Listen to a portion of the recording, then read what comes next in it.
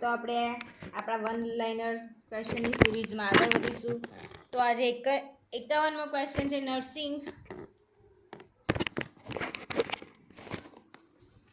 Nursing research study માટે declare કરવામાં આવતા સ્ટેટમેન્ટને શું કહેવામાં આવે છે?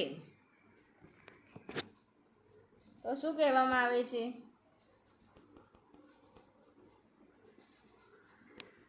એ. માસ્ટર સ્ટડી, બી. Hypothesis, C. ઓપરેશન એલિમેન્ટ કે ડી. એજમ્પશન. તો 51મા ક્વેશ્ચનનો આન્સર શું આવશે? તો 51મા ક્વેશ્ચનનો જવાબ આવશે બી. હાઇપોથિસિસ. 52મો ક્વેશ્ચન. નર્સિંગ નોટ કઈ સાલમાં લખવામાં આવી? તો એ 1820, બી 1830, સી 1818 કે ડી 1859. તો 52મા ક્વેશ્ચનનો આન્સર છે ડી 18.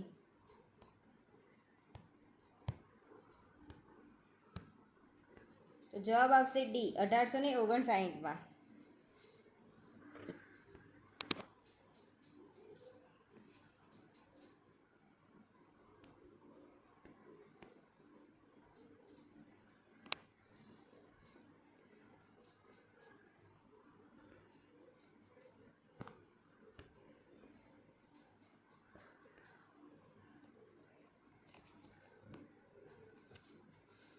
તો A planning, B implementation, C evaluation કે ડી આઈડેન્ટિફાઈ પ્રોબ્લેમ્સ. તો 54માનો ક્વેશ્ચનનો આન્સર શું આવશે? ડી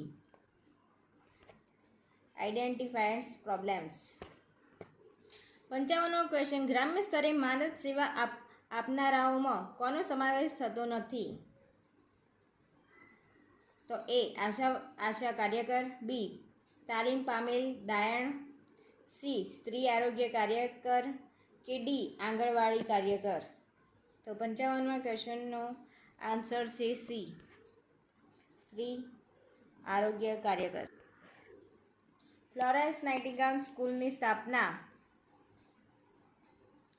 હોસ્પિટલમાં કરવામાં આવી. કઈ હોસ્પિટલમાં કરવામાં આવી?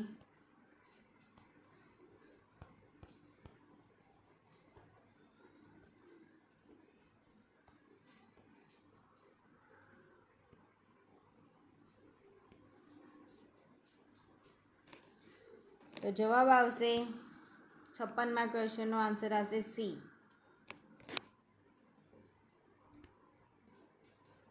એસ.ટી. થોમસ. 57મો ક્વેશ્ચન. નર્સિંગના પ્રણેતા કોણ છે? તો A sister D'Souza, B mother Teresa, D C Florence Nightingale કે ડી એક પણ નહીં. તો 57મા ક્વેશ્ચનનો આન્સર છે સી ફ્લોરેન્સ નાઇટિંગેલ. 58મો ક્વેશ્ચન. ફિમેલ હેલ્થ વર્કરનું સીધું સુપરવિઝન નીચેના પૈકી કોણ કરે છે? A male health supervisor, B medical officer, C block extension educator કે ડી ફિમેલ હેલ્થ સુપરવાઇઝર. તો 58મા ક્વેશ્ચનનો આન્સર શું છે? D female health supervisor.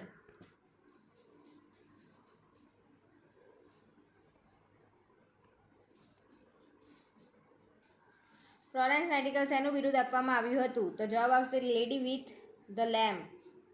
Lady with the lamp એ આન્સર આવશે. 59મા ક્વેશ્ચનનો આન્સર શું આવશે? એ. 60મો ક્વેશ્ચન. નીચેના પૈકી કોણ નર્સિંગના સ્થાપક છે? તો A Florence Nightingale, B mother Teresa, C sister D'Souza કે ડી સિસ્ટર નિવેદિતા. તો જવાબ આવશે 60મા ક્વેશ્ચનનો જવાબ આવશે એ ફ્લોરેન્સ નાઇટિંગેલ. 61મો ક્વેશ્ચન. સુપ્રીમ કોર્ટની ગાઈડલાઇન મુજબ એક સફાઈ કર્મચારીને મીડિયમ ડેન્સિટી એરિયા વિસ્તારમાં અંદાજિત કેટલા રનિંગ મીટર વિસ્તાર ફાળવવો?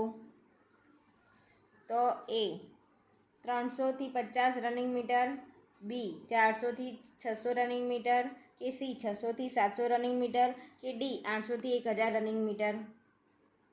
તો 61મા ક્વેશ્ચનનો આન્સર શું છે? તો બી 400થી 600 રનિંગ મીટર. 62મો ક્વેશ્ચન, સેનિટરી હેલ્થ ઇન્સ્પેક્ટર દ્વારા રેસ્ટોરન્ટના નિયમિત નિરીક્ષણનો મુખ્ય હેતુ શું છે?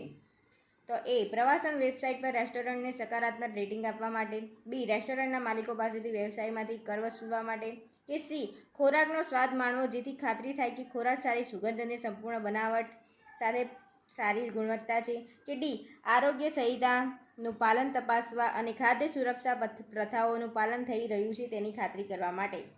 તો 62મા ક્વેશ્ચનનો આન્સર શું છે કે ડી આરોગ્ય સંહિતાનું પાલન તપાસ અને ખાદ્ય સુરક્ષા પ્રથાઓનું પાલન થઈ રહ્યું છે તેની ખાતરી. 63મો ક્વેશ્ચન, સેનેટરી ઇન્સ્પેક્ટરની ભૂમિકા બહુ આયામી છે કારણ કે એ રોગ નિયંત્રણ સંબંધિત કામગીરી કરે છે, બી સમુદાયનું સર્વેક્ષણ કરે છે, સી રોગ અટકાયતી પગલાં લે છે, કે ડી ઉપરોક્ત તમામ. તો 63મા ક્વેશ્ચનનો આન્સર શું આવશે? તો 63મા ક્વેશ્ચનનો આન્સર આવશે ડી ઉપરોક્ત તમામ. મધ્યમ સાઇઝના શહેરના ઓછા ગીચ વિસ્તાર માટે કેટલા રનિંગ મીટર રસ્તાની લંબાઈ દીઠ એક સફાઈ કામદાર હોવો જોઈએ? 64મા ક્વેશ્ચનનો આન્સર આવશે એ 750 થી 1000. 65મો ક્વેશ્ચન, નાના ટાઉન માટે મધ્યમ ગીચ વિસ્તારમાં કેટલા રનિંગ મીટર રસ્તાની લંબાઈ દીઠ એક સફાઈ કામદાર હોવો જોઈએ? 65મો ક્વેશ્ચન, એ 100 મીટર, બી 300 મીટર, સી 500 મીટર, કે ડી 750 મીટર. તો 65માનો આન્સર આવશે સી 500 મીટર. 66મો ક્વેશ્ચન, રહેણાંક વિસ્તારમાં શેરીઓની સફાઈ દરરોજ કેટલા તબક્કામાં કરવામાં આવે છે? એ 3, બી 1, સી 4, કે ડી 2. તો 66માં જવાબ આવશે ડી 2. 67મો ક્વેશ્ચન, દિવસના પ્રથમ અડધા ભાગ માટે મધ્યમ ગીચ વિસ્તારમાં એક સફાઈ કર્મી બીટ માટે કેટલા રનિંગ મીટર રસ્તાની સફાઈ કરવાની ભલામણ કરવામાં આવે છે? તો એ 250 થી 350 રનિંગ મીટર, બી 400 થી 600 રનિંગ મીટર, સી 650 થી 750 રનિંગ મીટર, કે ડી ઉપરોક્ત પૈકી એક પણ નહીં. તો 67માં જવાબ આવશે બી 400 થી 600 રનિંગ મીટર. 68મો ક્વેશ્ચન, ખાદ્ય પરીક્ષણની બેક્ટેરિયોસ્ટેટિક પદ્ધતિ કઈ છે?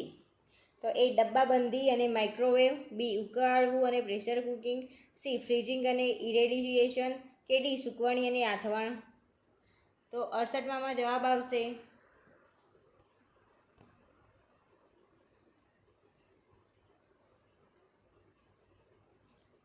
તો આ પ્રશ્ન રદ થયેલ છે એટલે આનો આન્સર આપણી જોડે નથી. આ ક્વેશ્ચનનો આન્સર પેપર વખતે રદ થયેલો છે. 69મો ક્વેશ્ચન, સફાઈ કામદારને મધ્યમ ગીચ વિસ્તારમાં રસ્તાની લંબાઈના રનિંગ મીટર જેટલું કામ આપવું જોઈએ? તો એ 250 થી 350, બી 400 થી 600, સી 650 થી 750, ડી 800 થી 900. તેમાં જવાબ આવશે બી 400 થી 600. 70મો ક્વેશ્ચન, ભારતીય શહેરોમાં વ્યક્તિ દીઠ પ્રતિદિન ગ્રામ ઘન કચરો પેદા થાય છે? તો એ 40 થી 900, બી 100 થી 200, કે સી 200 થી 900, કે ડી 900 થી 800.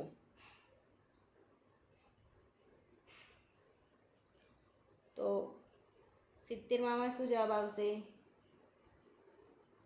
સી જવાબ આવશે 200 થી 900. 71,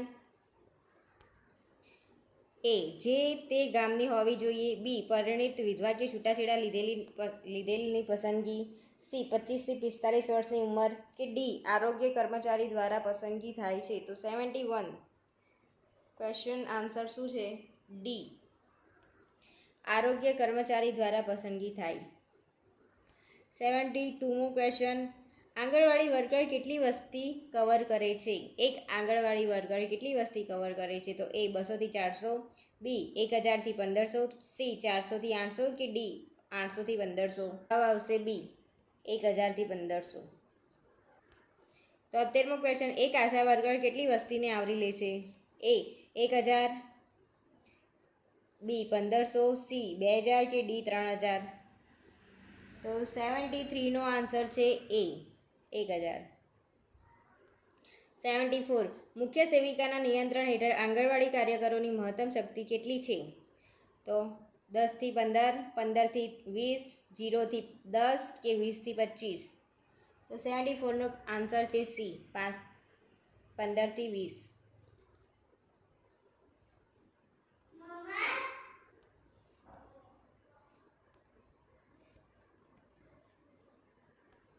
ગ્રામ્ય કક્ષાએ માનદ હેલ્થ વર્કર કોણ હોય છે? એ રૂડી, બી લિંક વર્કર, સી આશા વર્કર કે ડી ઉષા વર્કર. તો જવાબ આવશે સી,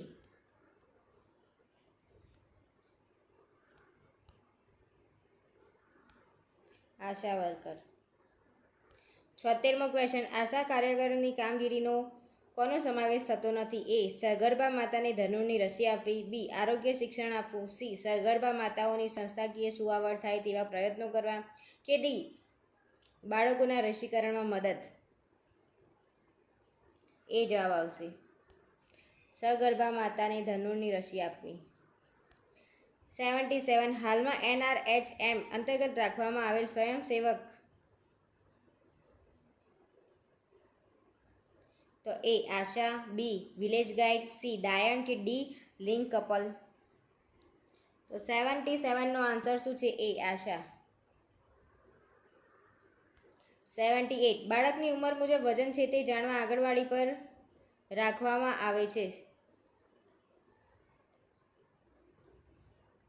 ખાલી જગ્યા રાખવામાં આવે છે. તો A BMR chart, B growth monitoring chart, C toddler chart કે ડી હેલ્થ ગ્રો ચાર્ટ. તો 78નો આન્સર આવશે B growth monitoring chart. 79 anganwadi કાર્યકર અને તેડાગર માટેનો વીમો કવચ કયો છે? એ માતા યશોદા ગૌરવ નિધિ, બી નારી શક્તિ પુરસ્કાર, સી માતા યશોદા એવોર્ડ કે ડી પ્રધાનમંત્રી સુરક્ષા વીમા યોજના. 79નો આન્સર છે એ માતા યશોદા ગૌરવ નિધિ. 80મો ક્વેશ્ચન, આંગણવાડી ખાતે બાળકોના વૃદ્ધિદર માટે નીચેનામાંથી કયો સૂચકાંક ઉપયોગમાં લેવાય છે? તો એ ઉંમર પ્રમાણે વજન, બી ઉંમર પ્રમાણે ઊંચાઈ, સી બાવડાનો ઘેરાવો કે ડી વજન પ્રમાણે ઊંચાઈ. તો 80માં જવાબ આવશે એ ઉંમર પ્રમાણે વજન. 81મો ક્વેશ્ચન, એક આંગણવાડી આશરે કેટલી વસ્તીને આવરી લે છે? એ 2500, બી 1000, સી 3000 કે ડી 2000. તો જવાબ આવશે ડી 2000.